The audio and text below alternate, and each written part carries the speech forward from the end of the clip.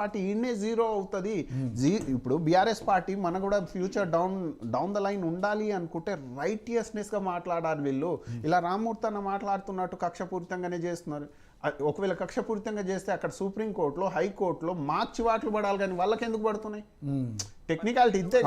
అందులో న్యాయం లేకపోతే నిజంగా అటు నుంచి రకరకాల సామాన్య ప్రజానికానికి అండర్స్టాండింగ్ ఉంది. ఆ విధంగా ఎందుకు చూస్తారండి మీరు? ఆ విధంగా ఎందుకు చూస్తారు? ఇప్పుడు రాహుల్ గాంధీ అదే విధంగా సోనియా గాంధీ కేసు కూడా అట్లయింది కదా. మేమే వెనకకి తీసుకున్నాం. హెరాల్డ్ కేసు ఏంటో చెప్పండి అన్న. అసలు హెరాల్డ్ కేసు అంటే ఏంది చెప్పండి మీరు. నెహ్రూ గారు 1938 లో ఒక పత్రిక పెట్టిండు. నీకు తెలుసా ఈ పత్రిక గురించి? ఇప్పుడు కాంగ్రెస్ ఉట్టిగానే అవ్వలేదు అన్నగారు. హెరాల్డ్ అనేది మీకు సబ్జెక్టివ్. నేను సర్వోదయ కాన్సెప్ట్ నుంచి చెప్తా మీకు. నేను చెప్తా ఒక్క నిమిషం ఆగిగా. నువ్వు అడిగినా కూడా చెప్తా. 2000 దానికి సంబంధించి ఆ పత్రిక నడిపే ఏజీఎల్ కంపెనీ, ఆ ఏజీఎల్ కంపెనీకి సంబంధించిన 2000 కోట్లు మీరు మింగనీకి దోషులు అన్నది ఆ పార్టీకి సంబంధించిన పత్రిక నైరు గారు పెట్టినప్పటి నుంచి తన సొంత ఆస్తి కూడా ఆ ట్రస్ట్ కి ఇచ్చి అన్నగారు. ఆగండి, నన్ను అడిగినప్పుడు చెప్పనివ్వండి. నన్ను అడిగినప్పుడు 2008లో మూతపడ్డది. ఆర్థికంగా ఇబ్బందులు ఉండి 2008లో మూతపడ్డది.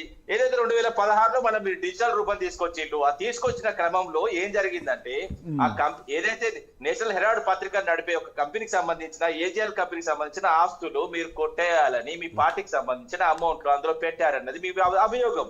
అదే విధంగా 90,000 కోట్లు సంబంధించి ఏదైతే అప్పులు తీసుకొచ్చిన కేసు కూడా ఆ కేసులో ఉన్నది. అప్పుడు ఆన్సర్ ఇవ్వచ్చా? ఇప్పుడు ఆన్సర్ ఇవ్వచ్చా? కోటేశ్వరరావు గారు ఇక్కడ అనాలిసిస్ట్ ఉన్నారన్న. మీరు కూడా ఇదే యూట్యూబ్ ఇంటర్నెట్ లో సర్చ్ చేయండి. హెరాల్డ్ కి 60% ఆస్తులు ఇచ్చిందే నైరీ ఫ్యామిలీ. వాళ్ళ ఆస్తులు ఇచ్చేసారు ఆ సంస్థకి నడపాలని. ఆయన క్వశ్చన్ ఏంటి వినండి సంబంధించిన ఏజీఎల్ కంపెనీకి సంబంధించి 200 కోట్లు అంటారు. అరే అన్న, ఆస్తులు నైరు కుటుంబానికి చెందిన ఆస్తులన్నీ హెరాల్డ్ ట్రస్ట్ కి ఇచ్చేసారు వాళ్ళు. ఎందుకు తెలుసా? దేశ నిర్మాణం కోసము. అన్న మీరు ఎక్కడున్నారు? అందులో కరప్షన్ వల్ల ఎందుకు చేస్తారే?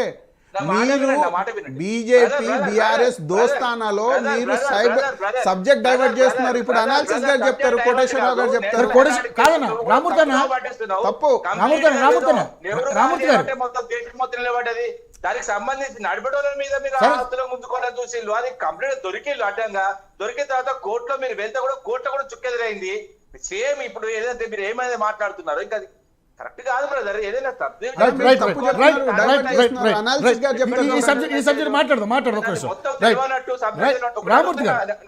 నేను ఒకటి అడుగుతున్నా, నన్ను అడిగిండు కాబట్టి ఇప్పుడు నేను ఒక సూటిగా అడుగుతున్నా. ఇప్పుడు ఏదైతే హోం మంత్రి గాని ఆరోగ్య శాఖ మంత్రి గాని ఒకసారి పేర్లు చెప్పానండి. రేవంత్ రెడ్డి గారి దగ్గర ఉన్నాయి. ఏది ఆరోగ్య శాఖ బాధ ఏంది? అది కాదు, మీ బాధ ఏంది అది చెప్పండి. ఆరోగ్య శాఖ ఎక్కడ చెప్పండి. ఎవరి దగ్గర? ఆరోగ్య శాఖ వాళ్ళ దగ్గర.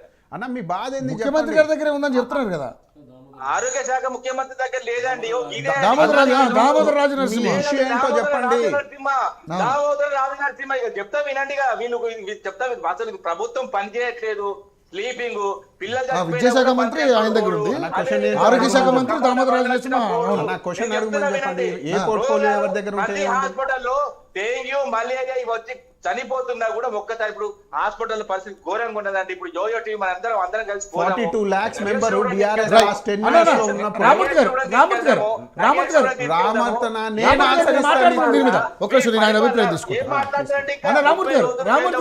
రోజులు జైల్లో ఉన్నాడు. జైల్లో ఉన్న నేరస్తుడు ఒక నేర ప్రవృత్తి కలిగిన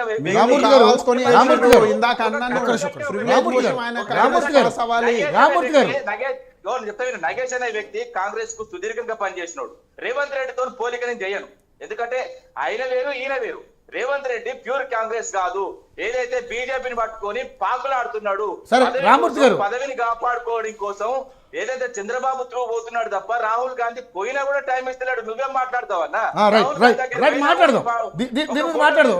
దమ్ముంటే ఒక ఫోటో రామూర్తి గారు మాట్లాడు, దీని మీద మాట్లాడదాం అన్న. మీరు చెప్పండి, ఇప్పుడు నిజంగానే కేటీఆర్ గారి విషయంలో జరుగుతున్న అంశాన్ని బీజేపీ ఏ విధంగా చూస్తుంది? అంటే తప్పు చేసిన వాళ్ళకి శిక్ష గ్యారంటీ అర్హులే అనేది మీరు హాయిగా, అంటే వీళ్ళిద్దరూ గొడవ వీళ్ళిద్దరి మధ్య జరుగుతున్న ఇష్యూ మీద మీరు హాయిగా మంచిగా వేడుక చూస్తూ ఉన్నారు. సో ఏంటి ఈ వేడుక చూస్తున్న ఏం గమనించారు మీరు? అది క్లియర్గా చెప్పండి. దీంట్లో గమనించింది ఏంటంటే